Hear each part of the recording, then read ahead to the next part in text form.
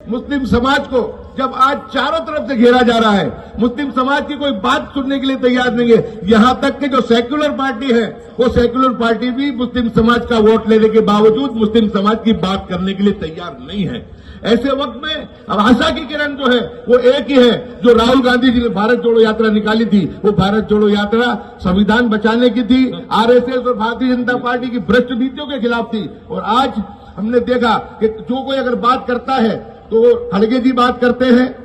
प्रियंका जी, राहुल जी मुस्लिम समाज के लिए और सभी पीड़ितों के लिए बात करते हैं। इसके अलावा इंडिया गठबंधन के भी कई लोग जिन्होंने हमारा पूरा वोट लिया, उन लोगों ने भी अभी तक खुल करके हमारे सामने आए नहीं है। लोकसभा का सत्र चल रहा है, मैं विनती करता हूं कि इंडिया गठबंधन के लोग भी, जो ये प्रताड़ित किया जा रहा है और जो हमारी बातें हैं उनको लेकर के लोकसभा के अंदर भी हमारे मुद्दों को जो है तरजीह दी जाए, लघुमती समाज के लिए भी बात की जाए। हमको सामाजिक न्याय दिलाना है, हमको गरीबों को उनका अधिकार दिलाना है। तो फिर आप सिर्फ ट्वीट करके या सिर्फ निवेदन करके तुम छटक नहीं सकते हो। तुमको मुखर होकर के रोड पे भी आना पड़ेगा और इंडिया गठबंधन के लोगों को सबको साथ में इकट्ठा होकर इस काम को अंजाम देना चाहिए। सेक्युलर जो लड़ाई लड़ने वाली जो तंजीम है गरीब पछातों और मजलूमों की, उनको तमाम को, ये सिर्फ मुसलमानों की बात नहीं है, यानी दबे कुचलों की बात करने वाले तमाम लोगों को इकट्ठा इनकी अगुवाई में करना चाहिए। अब अलग अलग लड़ने का मौका नहीं है। और ये जो नॉन पॉलिटिकल लोग हैं, वो देश के अंदर जो गैर मुस्लिम जो हमारे भाई हैं, जो संविधान के लड़ाई लड़ते हैं, जिससे हमारे सामने बहुत जबरदस्त दाखला है। महुआ मोहित्रा का दाखला है, आप पार्टी के सज्जन सिंह का है, आरजेडी के मनोज झा है, पप्पू यादव है, यानी बहुत सब लोग ऐसे हैं कि जो बहुत मुखर होकर के इन बातों को रखते हैं। तो ऐसे सभी लोगों को एक छत के नीचे सबको जोड़ा जाए। वक्त अभी अंदर अंदर एक दूसरे के सामने लड़ने का नहीं है। हमारी जिम्मेदारी तो यह है कि हमारी तंजीमें भी तमाम लोगों के साथ मिलकर के, हमारे सेकुलर हिंदू भाइयों के जो हमारे बड़े भाई के समान है, उनके साथ मिलकर के हिंदू मुस्लिम की नहीं बल्कि देश के संविधान को बचाने की, देश में न्याय का राज चले, देश की न्यायपालिका को आपका जो है उसकी अवमानना ना हो, उसका अमल हो, उसको लागू कराने के लिए सबको मिलकर काम करने की जरूरत है। अगर इंडिया गठबंधन के लोग और सेक्युलर जमातों के लोग इकट्ठा होकर अपनी बात को रखेंगे तो मैं मानता हूं कि जरूर से उसकी जो है पूरे देश में और पूरी दुनिया में उसकी बात पहुंचेगी। और दूसरा मैं कहूंगा कि ये जितनी भी जो तंजीमें हैं, इनको एक मर्तबा जो हमारा ये जो मीडिया है, उनको भी जाकर के मिलना चाहिए, उनको भी जाकर के बात करनी चाहिए। आप देख रहे हैं देश लाइव, देश की आवाज। अस्सलाम वालेकुम, आदाब। देश लाइव में आपका स्वागत है। मैं हूं सहल कुरैशी। दोस्तों, वक्फ अमेंडमेंट बिल जो संसद में आया, उसके बाद उसे पास किया गया और उसके बाद वो एक कानून बन गया और उसके बाद मामला पहुंचा था सुप्रीम कोर्ट। लगातार 2 दिन सुप्रीम कोर्ट में इस पर सुनवाई हुई और जो अहम मुद्दे थे, जिसे लेकर तमाम देश की मिल्ली तंजीमों ने, मुस्लिम संस्थाओं ने, मुस्लिम नेताओं ने, कांग्रेस के सांसदों ने भी जो मुद्दे उठाए थे और जो परेशानी के सबब थे, जिसमें यह कहा जा रहा था कि नए कानून के अंदर जो चीजें मोदी सरकार लेकर आई है, जो सीधे तौर पर वक्फ की जमीनों पर और मुसलमानों पर एक तरह से हमला है, उस मामले पर 2 दिन तक सुप्रीम कोर्ट ने सुनवाई की और आज जो है वो सुप्रीम कोर्ट ने मुसलमानों की, खासकर वक्फ को लेकर जो परेशानियां थी, उसको बहुत ही ध्यान से सुना और केंद्र सरकार को 1 हफ्ते का वक्त दिया है। और इसके साथ ही सीधे तौर पर टेक्निकली कुछ और कहें इसे, लेकिन 1 हफ्ते के लिए नरेंद्र मोदी सरकार के वक्फ के नए कानून पर सुप्रीम कोर्ट ने पाबंदी लगा दी है। 1 हफ्ते तक ज्यों का त्यों सब जो चल रहा था वैसा ही चलेगा। जो नया कानून है वो अभी फिलहाल जो है वो अमल में नहीं आएगा 1 हफ्ते तक, ये आज सुप्रीम कोर्ट ने कहा है। लेकिन खास बात तो यह है कि आज जो सुप्रीम कोर्ट का माहौल दिखा, यही असली भारत है कि मुद्दा है मुसलमानों की वक्फ की जमीन का, मुद्दा है मुसलमानों की शरीयत का। लेकिन आप सुप्रीम कोर्ट में जाकर देखें आप तो मुसलमानों के इस मुद्दे पर, शरीयत के इस मुद्दे पर मुसलमानों की पैरवी कर रहे थे कांग्रेस के सांसद अभिषेक मनु सिंघवी और दूसरे कपिल सिब्बल साहब। तमाम वो हिंदू नेता जो है वो कभी राज्यसभा के सांसद रहे, कभी सांसद रहे, बड़े बड़े लॉयर्स, वो सब जो है वो मुसलमानों की पैरवी कर रहे थे। और खुलकर कांग्रेस पार्टी भी कहीं ना कहीं अब वक्फ बिल को लेकर मुसलमानों के समर्थन में आई है, चाहे संविधान के बचाने के नाम पर ही सही, लेकिन कांग्रेस पार्टी खुलकर आई है। कांग्रेस के पूर्व विधायक दरियापुर से गयासुद्दीन शेख साहब मेरे साथ में मौजूद हैं। लगातार हमने आपको दिखाया था कि दिसंबर में, पिछले साल नवंबर दिसंबर में दिल्ली में कई कार्यक्रमों में गयासुद्दीन शेख साहब गए थे। उस वक्त इन्होंने एक मुद्दा उठाया था कि जो मुसलमानों के मुद्दे हैं, मॉब लिंचिंग का मामला हो, बुलडोजर का मामला हो, 1991 के वर्शिप एक्ट का मामला हो, तमाम उस मुद्दों को लेकर गयासुद्दीन साहब ने दिल्ली में कई नेताओं से मुलाकात की थी और ये एक कोशिश थी कि कांग्रेस के नेता और कांग्रेस से जुड़े हुए जो बड़े बड़े सांसद और जो बड़े बड़े लॉयर्स, वकील जो है, वो मुसलमानों के मुद्दे को सुप्रीम कोर्ट में उठाए, पैरवी करे। कहीं ना कहीं गयासुद्दीन साहब आपकी जो मेहनत थी वो ऐसा लग रहा है रंग लाई अब। अल्हम्दुलिल्लाह, अल्लाह का बहुत करोड़ अब जो एहसान है कि जो बात, जो मुहिम मैंने उठाई थी उसमें 100% अल्हम्दुलिल्लाह कामयाबी मिली है। दिसंबर महीने के आखिर में जब सियाड़ू संसद सत्र शुरू हुआ था, उस वक्त में दिल्ली में जाकर के मैं जनाब सलमान खुर्शीद साहब,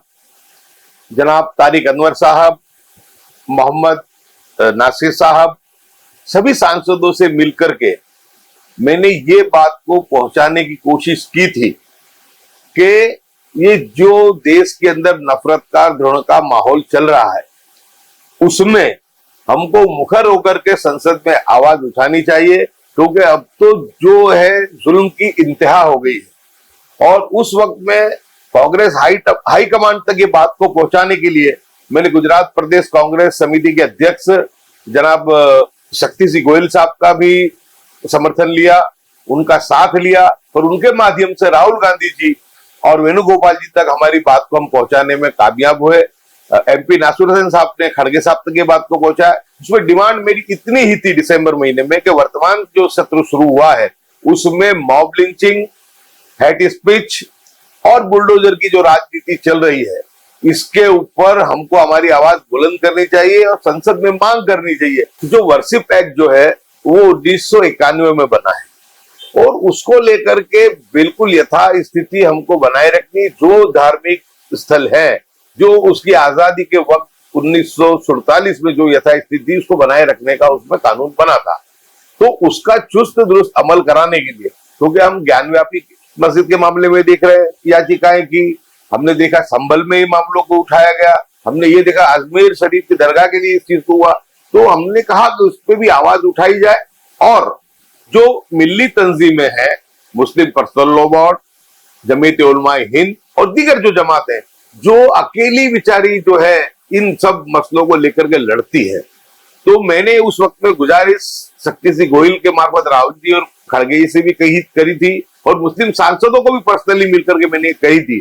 कि हमको हमारी जानिब से जो हमारे सांसद हैं अभिषेक मनु सिंघवी, जो उत्तराखंड में चुनाव हार गए राज्यसभा का 2 वोटों से, उसके बावजूद कांग्रेस पार्टी ने उनको उत्तराखंड से सांसद बनाया। मैंने कहा जब पार्टी उनको इतना मोबिलाइज कर रही है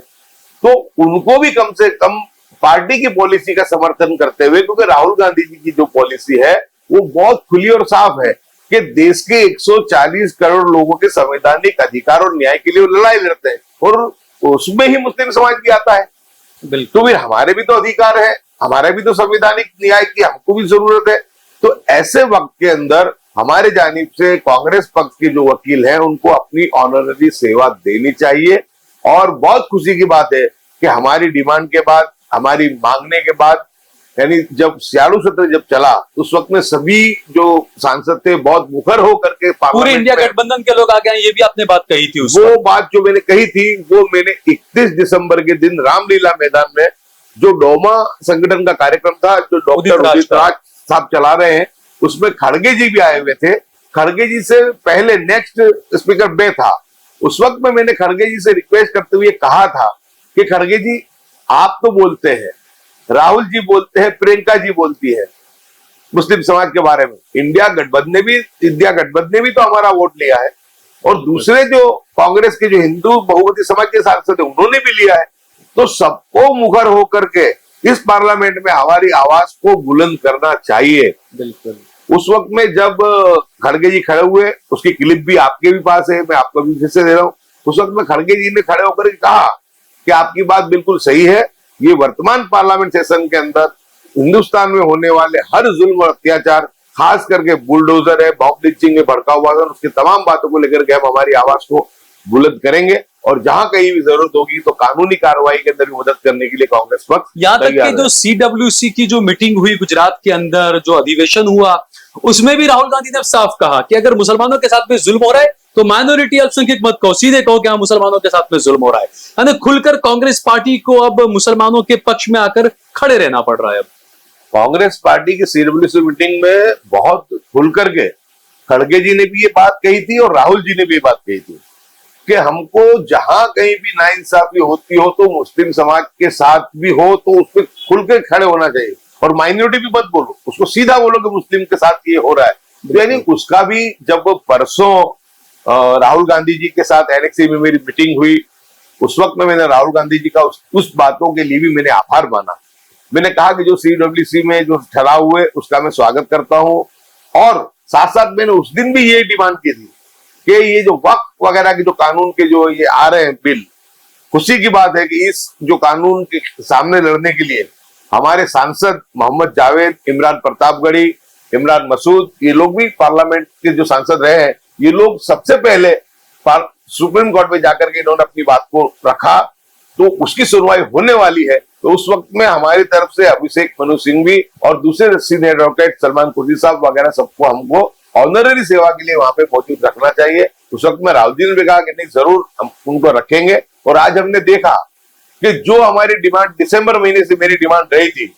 कि संसद में भी बोलना चाहिए, कांग्रेस को भी बोलना चाहिए, इंडिया गठबंधन को भी बोलना चाहिए, और साथ साथ में जो कानूनी लड़ाई मुस्लिम personal law board Jamiat Ulama Hind लड़ रही है तो उनके साथ उनको जो था साथ देने के लिए हमको भी जाना चाहिए। और कांग्रेस खुलकर के इस मामले में गई, और आज एक बहुत अच्छा अंतरिम आदेश जो आया है सुप्रीम कोर्ट का, आपके माध्यम से मैं भी बहुत बहुत शुक्रगुजार हूं, और कांग्रेस पार्टी का भी बहुत बहुत शुक्रगुजार हूं कि मेरी बात को जो मुहिम जो लगभग दिसंबर के मध्य से मैं चला रहा था और परसों तक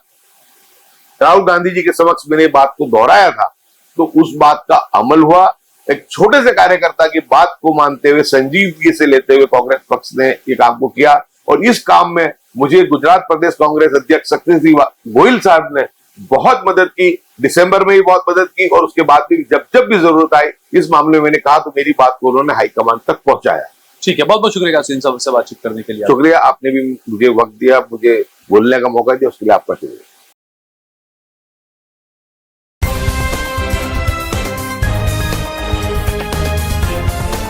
देश और दुनिया की तमाम छोटी और बड़ी खबरों के लिए हमारे चैनल को सब्सक्राइब करना न भूलें और बेल का बटन जरूर दबाएं।